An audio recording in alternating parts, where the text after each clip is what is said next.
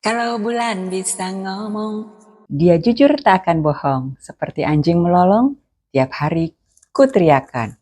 Yakin tubuh dan pikiran Anda masih sehat-sehat saja?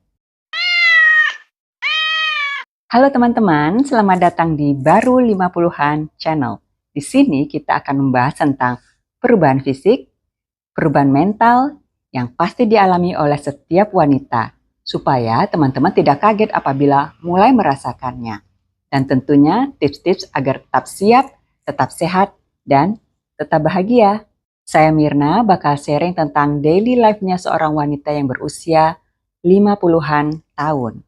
Kali ini kita akan membahas tentang saya rutin medical check-up holistik sejak usia 40-an tahun. Dan ini yang terungkap.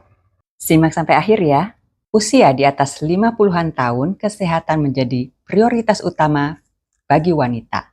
Untuk memastikan kesejahteraan mereka, medical check-up holistik menjadi langkah penting dalam menjaga tubuh dan pikiran tetap sehat. Kali ini kita akan menjelajahi pentingnya medical check-up holistik atau general check-up atau MCU bagi wanita berumur di atas 50-an tahun. Kenapa MCU penting? Penuaan membawa resiko penyakit kronis seperti penyakit jantung, kanker, dan diabetes. 1. Pemeriksaan fisik. 2. Tes lab. Dan 3. Pemeriksaan kesehatan mental dan emosional. Ini membantu mendeteksi dini masalah kesehatan dan memberikan perawatan preventif yang tepat. Pemeriksaan fisik meliputi tekanan darah, detak jantung, dan pemeriksaan payudara, serta panggul. Tes laboratorium seperti tes darah lengkap, tes kolesterol, dan tes gula darah untuk mendeteksi resiko penyakit kronis.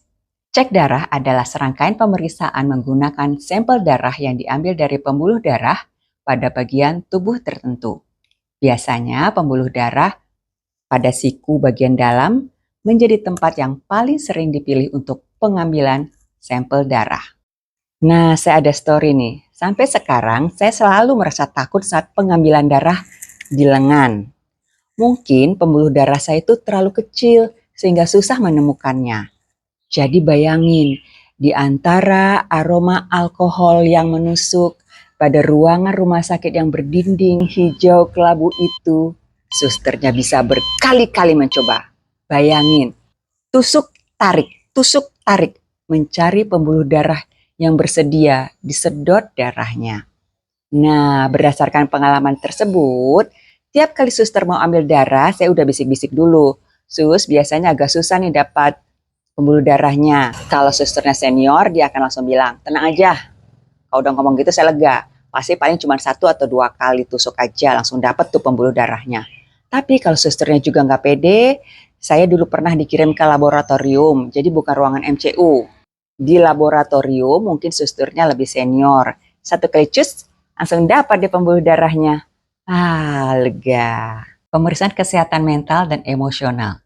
Evaluasi kecemasan, depresi, dan kesejahteraan emosional secara menyeluruh.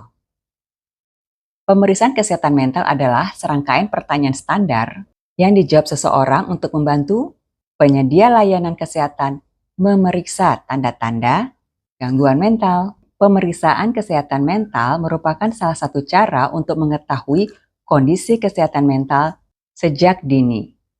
Jika pemeriksaan menunjukkan tanda-tanda suatu kelainan, biasanya diperlukan lebih banyak pengujian untuk mendiagnosis gangguan mental tersebut. Biasanya anjuran pengujian lebih lanjut itu bila kita mengalami beberapa gejala, misalnya dari gejala ringan hingga gejala parah. Gangguan mental yang umum meliputi gangguan mood yang meliputi depresi, gangguan bipolar, gangguan afektif musiman atau SAD, dan menyakiti diri sendiri. Gangguan kecemasan yang meliputi gangguan panik, fobia, dan gangguan obsesif kompulsif atau OCD. OCD adalah salah satu jenis gangguan kepribadian yang ditandai dengan kecemasan dan perilaku berulang atau kompulsif. Itu mengapa orang yang mengidap obsesif kompulsif disorder cenderung melakukan suatu hal secara berulang. Misalnya memeriksa pintu dan jendela lebih dari 3 kali sebelum pergi keluar rumah. Perapikan barang berdasarkan warna dan perilaku lainnya. Kabar baiknya, perilaku rapih dan teratur bukan berarti kamu mengidap OCD. Nah, agar kamu tidak salah mengira, it's okay jika konsul dengan dokter saat MCU. Gangguan makan yang meliputi anoreksia dan bulimia. Anoreksia nervosa adalah gangguan makan yang diakibatkan oleh penurunan berat badan yang drastis. Penderita anoreksia biasanya melakukan diet secara berlebihan, menyebabkan penurunan berat badan yang ekstrim. Bulimia adalah gangguan makan yang membuat penderitanya cenderung ingin memuntahkan kembali makanan setelah mengkonsumsinya. Kondisi yang juga dikenal dengan bulimia nervosa ini termasuk dalam masalah mental berbahaya, bahkan bisa mengancam jiwa. Sayangnya, belum ada cara pasti untuk mencegah anoreksia ataupun bulimia. Meski begitu, kalau Anda merasa menunjukkan gejala-gejalanya, segera diskusikan dengan psikolog atau psikiater. Gangguan Attention Deficit Hyperactivity Disorder atau ADHD. ADHD adalah salah satu gangguan kesehatan mental yang paling umum terjadi pada anak-anak. Bisa juga berlanjut hingga dewasa. Gangguan stres pasca trauma atau PTSD. PTSD merupakan gangguan kecemasan yang membuat penderitanya teringat pada kejadian traumatis. Beberapa peristiwa traumatis yang dapat memicu PTSD adalah perang, kecelakaan, bencana alam, dan pelecehan seksual. Bahkan penderita PTSD seringkali mudah takut atau marah meskipun tidak dipicu oleh ingatan pada peristiwa traumatis. Perubahan perilaku ini kerap membahayakan dirinya ataupun orang lain.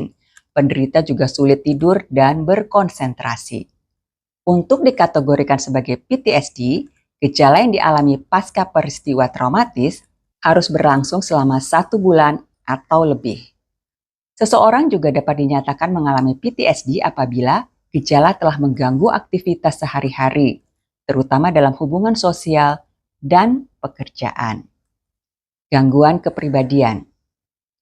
Gangguan penggunaan zat yang mencakup gangguan penggunaan alkohol serta penggunaan dan kecanduan narkoba. Gangguan psikotik termasuk skizofrenia. Manfaat medical check-up.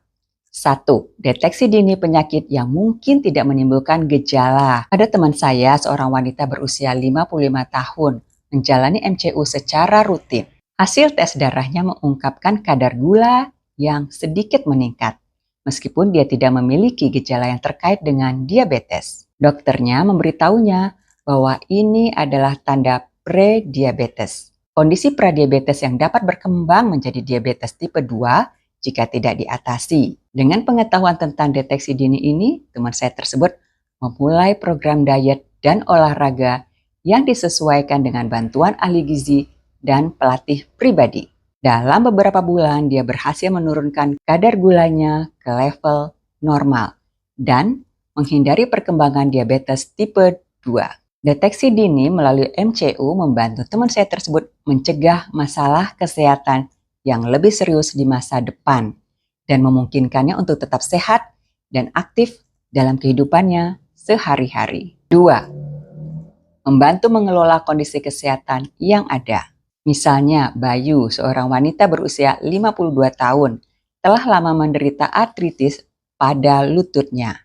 Setelah menjalani MCU, dokternya merinci berencana perawatan yang mencakup kombinasi terapi fisik, obat anti-inflamasi, dan perubahan gaya hidup untuk mengurangi nyeri dan meningkatkan mobilitasnya. Dokter juga merekomendasikan latihan ringan dan teknik manajemen stres untuk membantu mengurangi gejala yang berkaitan dengan artritis. Dengan bantuan dokter dan pemahaman yang lebih baik tentang kondisinya, Bayu dapat mengelola artritisnya dengan lebih baik, memungkinkan untuk tetap aktif dan menikmati kegiatan sehari-hari tanpa terlalu banyak gangguan oleh nyeri dan keterbatasan fisik. 3. Memberikan informasi dan pemahaman yang lebih baik tentang kesehatan secara keseluruhan. Sebagai contoh, ketika seorang saudara saya, wanita berusia 50-an tahun, menjalani MCU. Setelah hasil tes darahnya keluar, Dokternya menjelaskan bahwa kadar kolesterolnya sedikit tinggi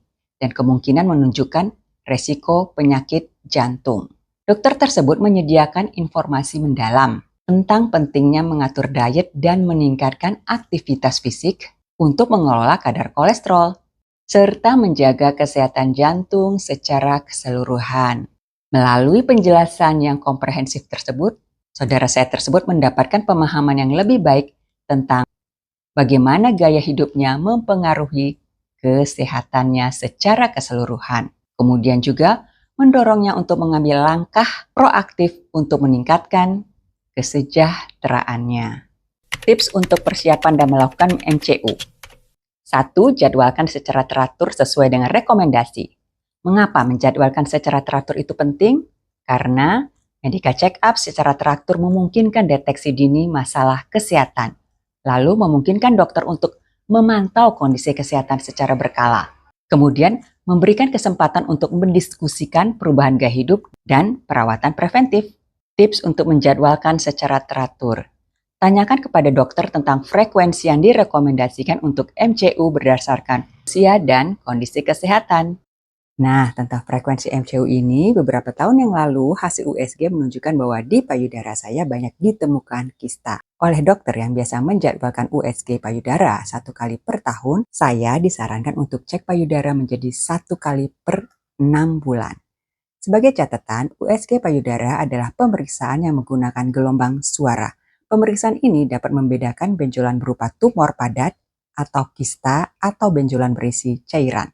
USG payudara juga digunakan untuk mengevaluasi masalah payudara yang tampak pada mamogram. Buatlah jadwal rutin dan tetapkan pengingat untuk janji medis Anda. Bisa di alarm HP, atau minta tolong asisten, suami, anak, teman, saudara, atau siapapun yang dipercaya yang tidak lebih pelupa dari tips persiapan sebelum medical check-up. Tidur yang cukup minimal 6 jam sebelum pemeriksaan, sebab kurang tidur bisa mempengaruhi tekanan darah, detak jantung, dan suhu tubuh. Jangan makan atau minum 8-10 jam sebelum pemeriksaan. Meski begitu, minum air putih mungkin masih diperbolehkan untuk mencegah dehidrasi pada tes gula darah dan kolesterol. Hindari minuman alkohol 24 jam sebelum jadwal tes, sebab alkohol dapat mempengaruhi hasil dari beberapa tes. Beritahu dokter terkait semua obat-obatan yang sedang kamu konsumsi sebelum pemeriksaan. Untuk wanita, beritahu tim medis jika sedang menstruasi, sebab pasien tidak bisa melakukan tes urin, feses, dan pap smear. Darah akan memberikan hasil yang tidak akurat. Kenakan pakaian yang nyaman dan lepaskan perhiasan, riasan, atau aksesoris yang melekat pada tubuh. Siapkan pertanyaan dan catatan tentang gejala atau perubahan yang Anda alami. Jangan sampai di dokter blank. Lupa mau nanya apa. Nah, sampai rumah baru ingat lagi. Dan persiapan yang paling penting.